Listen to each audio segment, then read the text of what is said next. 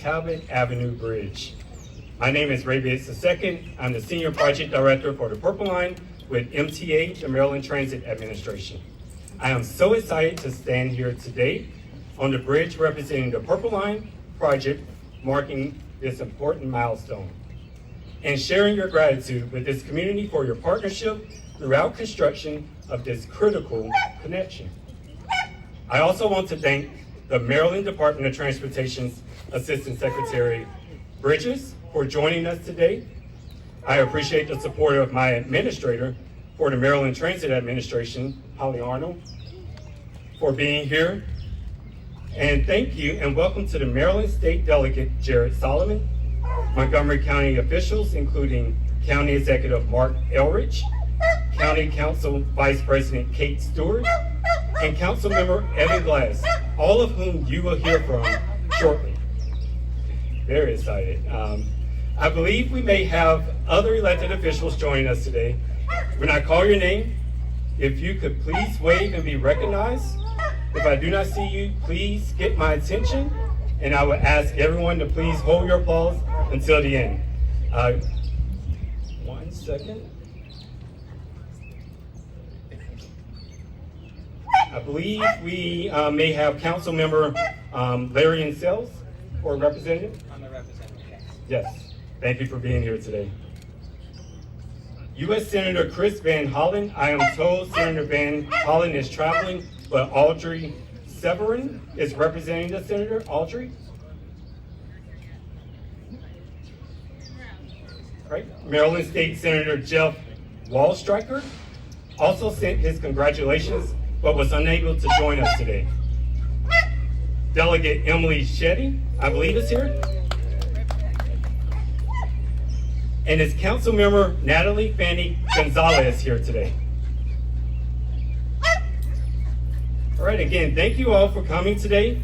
And I'd also like to thank our partners at Purple Line Transit Partners and all the crews with Maryland Transit Solutions who prioritize completion of this bridge and remain committed to returning it to the neighborhoods of Lyttonsville and North Woodside. The construction and improved connectivity of this important access is something we can all be proud of.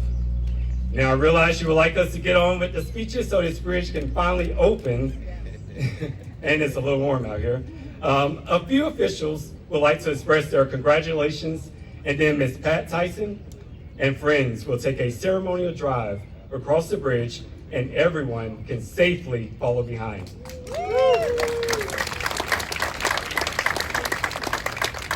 As I mentioned, we are thrilled to have Maryland Department of Transportation Assistant Secretary Tony Bridges here today. Secretary Bridges, can you please come up and say a few words? Thank you, Ray. Good morning, everyone. Good morning. Come on, better than that. Good morning. Good morning. This is a great day. I'm excited to be here, and I want to personally thank Ray and also Administrator Holly Arnold for the work that they're doing here on the Purple Line. They are working to expedite construction of this Purple Line project in a very expeditious and safe manner, and so I want to just thank them publicly for the work they're doing on the Purple Line. Yeah, you can give them a round of applause. I also want to thank County Executive Elrich, County Vice President Stewart, Councilmember Glass, and also my former colleagues from the Maryland House of Delegates, Delegate Shetty and Solomon, for being here with us today, and all of the work that they're doing for us and for the community. So please give them a round of applause as well. Ray, I realize you had a very tough job in trying to recognize all the elected officials, so I wanted to help you out there. And a special thank you to our lifelong resident and community leader, Pat Tyson. Can we give her a round? Pat, I do look forward to seeing you make that first ceremonial drive across the bridge. Hope I didn't mess anything up. Can you still hear me? Oh, there you go. All right. Hey, look, I will be really quick and continue to talk, even if the mic does fall off. On behalf of the Moore Miller administration, I do want to thank you all for being here. I am very excited about this opportunity to just greet you and celebrate with the community the new opening of this bridge. With Governor Wes Moore and Secretary Paul Wiedefeld's leadership, the department is leading with safety and equity in everything that we do. And this bridge is a prime example of that. While not officially part of the Purple Line, we are, in fact, committed to updating infrastructure and enhancing safety for communities, and this is part of that. And so the Talbot Avenue Bridge serves as a vital connection between the historic communities of Lyttonsville and North Woodside.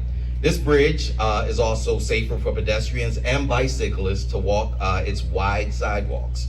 When designing and building roads and bridges, we're planning for the safety of all users, including those who walk, bike, and roll. This ensures that, as the governor always says, we leave no one behind. This new Talbot Avenue Bridge also marks one of the first of many major milestones to come for the Purple Line this year. From concentrating and connecting the future Silver Spring Station with Metro to the first light rail cars that are arriving soon, we're making significant progress. The future Purple Line, just like this Talbot Avenue Bridge, is critical in connecting Marylanders to life's opportunities. So I want to thank you all for being here, and I look forward to seeing that first drive across this bridge. And so with that, I'd like to introduce one of Maryland's top transit administrators, and that is none other than our Administrator, Holly Arnold. Thank you, Assistant Secretary Bridges. Good morning, everyone. I am so thrilled to be here. Thank you to the elected officials for coming out to join us, for the community, especially Ms. Tyson for being a huge part of this event. It is so exciting to be here to open the updated Talbot Avenue Bridge, new and improved, and it provides such a vital connection between these communities. I also want to note this is the first major milestone for the Purple Line team in 2024.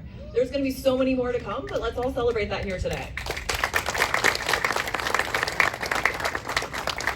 The Purple Line, this new light rail system, is designed to connect Montgomery and Prince George's counties. It promises a more seamlessly transit-connected region, better designed to serve our residents and businesses. More transit means better access for everyone, fewer cars on the road, lower emissions, and more opportunity for economic mobility. Public transit is essential to ensuring economic and social mobility, addressing the climate crisis and needed reductions in carbon emissions, as well as reducing congestion and promoting safer and healthier streets for pedestrians and drivers in our region, and the Purple Line will deliver on that promise. It goes without saying, this project is an extremely complex transportation project that requires coordination of stakeholders throughout the region. I especially want to thank this community, as well as our partners in Montgomery County, for your patience and your support as we constructed this bridge.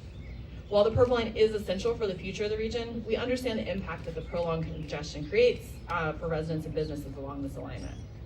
I want to thank the entire Purple Line team for their efforts to minimize those disruptions whenever possible and make safety their #1 priority, which we're going to continue to do over the summer.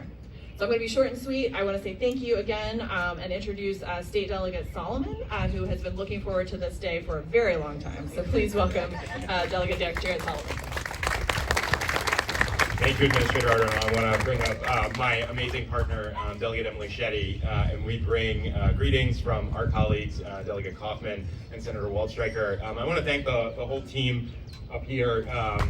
Administrator Arnold's right, this is a long day coming, and I know we've had a lot of fits and starts and difficult moments, but I think the new team in particular has really embraced the community, worked with the community from opening the bridge up earlier in the fall for the Lantern Walk, and I think doing this today to honor this moment is really important. And I really want to thank the community because your tireless advocacy and voices made this project better. Pushed us to do things. We worked hand in glove to save the old bridge, which we're so excited is hopefully going to be incorporated into a new park, as well as hopefully a historic exhibit at the Cofield Center eventually. And I think today's really important for a number of reasons.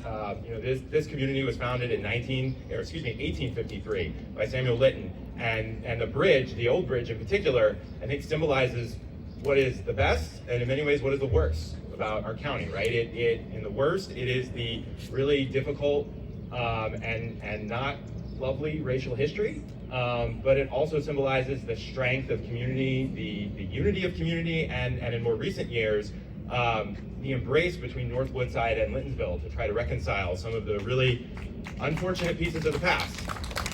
And that is a credit to the residents here.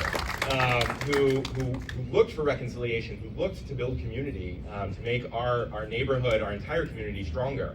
And so, this is not just a road that's now going to be reopened to give people a little bit of an easier access to the neighborhood. It's also reconnecting those two communities that for many years had been separate but came together. And I like to think of the same thing with the Purple Line. That our transportation systems are about connecting communities, and when the Purple Line is finished, that's exactly what it's going to do. It's going to connect communities across Prince George's and Montgomery County to one another. So today's a really wonderful day. There's some other really great news that some of you may have seen, and again, this is a tribute to the current Purple Line team that we're hopeful now. It looks like the Capitol Crescent Trail is going to be open a year early. That is definitely cheerworthy. And that is, again, a credit to this team for coming in and trying to keep a promise that was made to our entire community several years ago before the previous contractor came on the job. So we have a lot of good things to celebrate. Really looking forward to cutting the ribbon and celebrating with the community. And thank you all very much. And then it's my pleasure to introduce our county executive, who's been a wonderful partner at the local level for us at the state. And I'm going to turn it over to County Executive Elrich.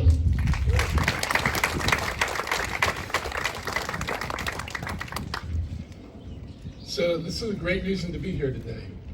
And like Jared said, this spot has historic significance in Montgomery County. In some ways it was the scene of the crime.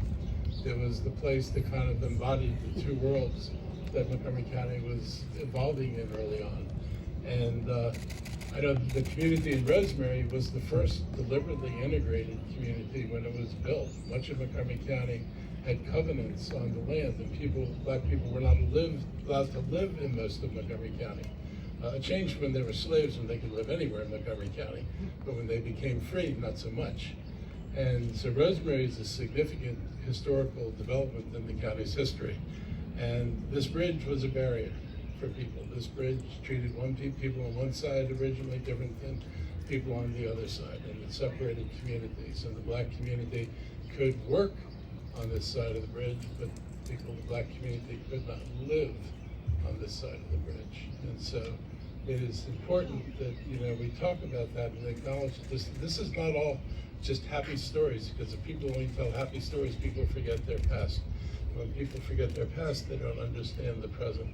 And I think it's important that people be willing to talk about what the past was. And you can't change it, but people who don't understand it often grow up with real misperceptions about the state of the world and how it got this way.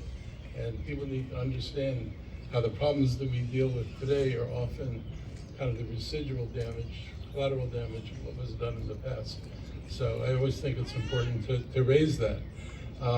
I'm really glad to see Pat Tyson here. I was hoping Charlotte could be here today, but her daughter's here today.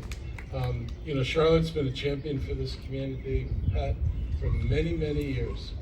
And when the struggle was to get noticed, recognized, and have attention paid to this community, they were in the forefront of that. And I'm just so glad that some people here from the way, way past who can remember this and appreciate what's been done here.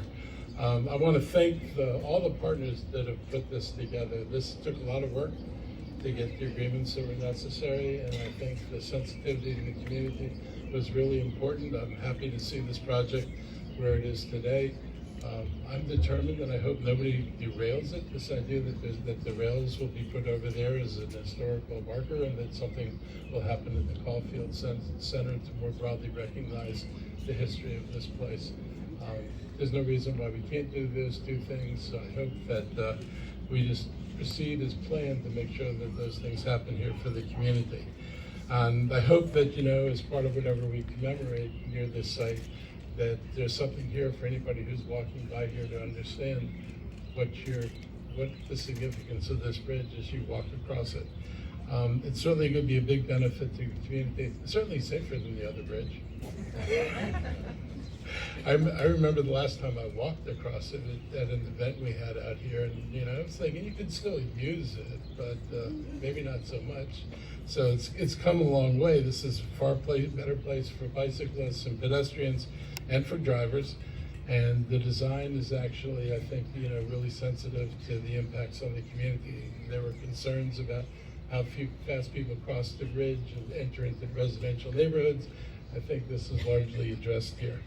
And not yet, we'll see. I just want to thank all of the partners in this, and the Purple Line team that's been, diligently working on the Purple Line, delays that they did not create, that they inherited, and I'm just glad to see that this piece has finally come to fruition. So I want to thank everybody, and I know the residents means a lot to the residents here, and I know that you will continue to insist that the historicity of this place be continued, so that the story is not forgotten while they're telling the story of the great new bridge that got built.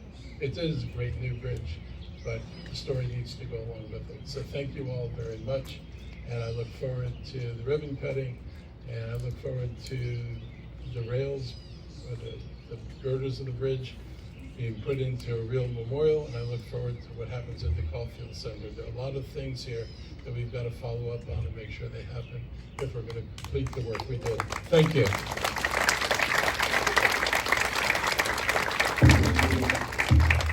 This mic is very sensitive. Good morning, everyone. I'm Kate Stewart. I'm the Montgomery County Vice President on the Council, and also your District 4 representative representing this area. And I am very glad to be here with you today. Thank you. So I was in my office the other day thinking about coming out today, and this is a lantern that I keep on my windowsill because it is from either last year or the year before, Lantern Walk. And this is where I wanted to start my remarks today, because speakers before this, the County Executive Delegate Solomon really talked about the history and the communities here and what we need to remember. And I really want to acknowledge the residents in the community here who are keeping that history alive and also working towards building a new future. And that's what the Lantern Walk is about every year, is about bringing communities together and making sure that this bridge represents a coming together and not a division as it had in the past. And I am thrilled to be here with you and to see residents who are going to celebrate their 95th birthday pretty soon, as well as we have young people crawling around the area. Okay. This one better? Okay.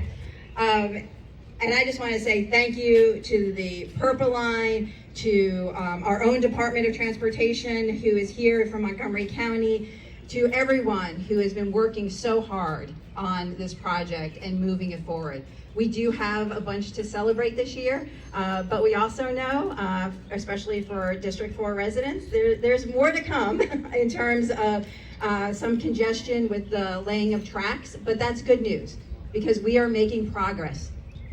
And we're going to move forward, come together as a community, especially this summer, as we're working towards the progress of finishing the Purple Line. So again, I just want to thank everyone in the community. Pat and Charlotte's daughter, thank you so much for all that you've done to move this forward.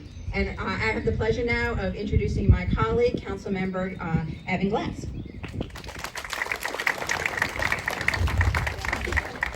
This one working? It is now working. Thank you. Good morning, everybody. It is really, really good to be here with all of you because we've been waiting a long time for this. And this signals progress, not only in making our communities stronger and more equitable, but it also shows the progress that is being made with the Purple Line and with transit equity, connecting all of the communities within our region, particularly in Montgomery County and Prince George's County. And I just want to say thank you to the residents and advocates who have been pushing to make sure this gets done and that it gets done right. Because our role in government at all levels, from the state to the county to all of our partners making this happen, we want to get it right. This is a large investment, not only for the here and now, but for the future. And as we look to the future of the Purple Line and how it really will become a lifeline for our region, it has been noted, and it has to be said again, that we are working diligently, intentionally, to right the wrongs that had been committed, particularly in these areas. So this bridge is not only progress with the Purple Line, but it is progress towards our social equity goals to make sure that we can all travel throughout our community And I also want to extend my heartfelt appreciation to Pat and the Tyson family and the Caulfield family for persevering through years. But we're here. We've been hearing you, and we've been working to make things right. And that's what this project is about. And I look forward to coming back, walking across this incredible sidewalk. I think we can all lock arms and walk across it in the future as we go to Goldberg's, as we go shopping. But thank you to all of our partners. And let's start driving across this bridge. Thank you. And I'll turn it over now to the DOT and Purple Line team. All right, thank you all for your kind words, much appreciated, and we could not have made it to this day without your continued support of the Purple Line.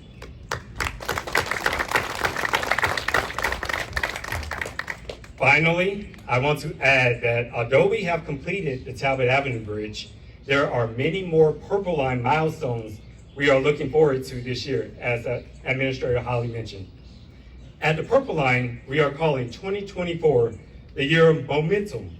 Very soon, you will see the new light rail vehicles. Presently, you are seeing thousands of feet of track installed across the alignment, and stations are taking shape all across both Montgomery and Prince George's counties. At more than 60% complete, Purple Line progress is visible, and the excitement about the completion of the light rail project is building. Okay, everyone ready to open the Talbot Avenue Bridge? If we can give Ms. Pat Tyson the signal, and everyone please get your cameras open with your phones, and we'll start getting ready to start to cross the bridge. Thanks again, and enjoy your new bridge connecting the communities. Thank you, everyone.